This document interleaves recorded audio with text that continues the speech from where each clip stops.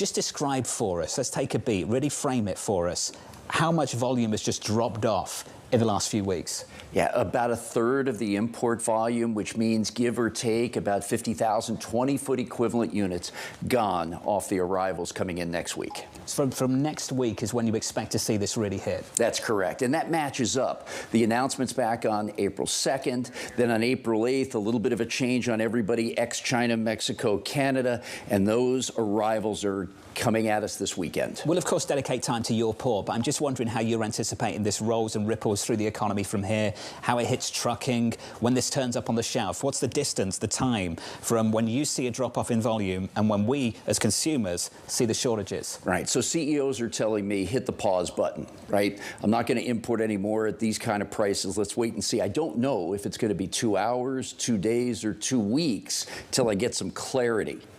Then, hiring. Off the table for right now. Capital investment, pause. And the retailers are telling me that realistically, with even the 10%, I'm going to have to pass it on to the consumers. So how much is this really coming from all over? It's not just about China. This is about really global trade coming to a standstill until there is a much greater degree of certainty and a much lower tariff rate than even the baseline that's been put out there. Yeah, when I was last with you all, Lisa, I said global trade's going to slow, economies will follow, and that's exactly what we're seeing. Back in November, so many of us were wringing our hands about 4% inflation. We've just added 10 percentage points to imports coming out of Southeast Asia for our port, and these unbelievable numbers out of China. How much are you going to see a real decline in dock workers if this goes on? Yeah, this is the question. So the trucker hauling 4 or 5 containers today, next week, she probably hauls 2 or 3. The dock workers are no longer going to see overtime and double shifts. They're going to probably work less than a traditional work week, starting right off the bat. Every 4 containers mean a job. So when we start dialing this back, it's less job opportunities. And what happens if we get a deal? If we get a deal, it's going to take about a month. Let me walk you through that real quick. About 2 weeks to get the ships repositioned around these major ports, from Qingdao to Shanghai to Xiamen, load up all those containers, and then another 2 weeks to steam across the Pacific to get to us. This is important because now we're talking about spring and summer fashion.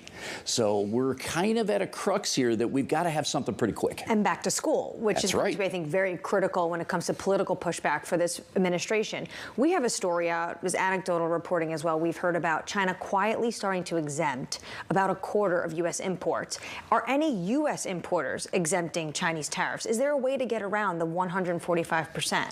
Not really. There may be some exceptions, Anne-Marie, maybe a little bit going north or south of us, but realistically speaking, nobody is out there talking a lot about, hey, I got a better deal coming out of China right now. The Flexport CEO joined us earlier in the week, and he said ocean freight is down 60% from China. When do we see 100%? Good question. It depends on how long this goes. We heard the reports overnight through Bloomberg that the folks in China are thinking about talking. What does that mean? Okay, great, but we've got to get a move on here. The other thing is that retailers are saying we've got about 5 to 7 weeks of normal inventory in the country right now. Then we start to see spot shortages if it goes on much beyond this.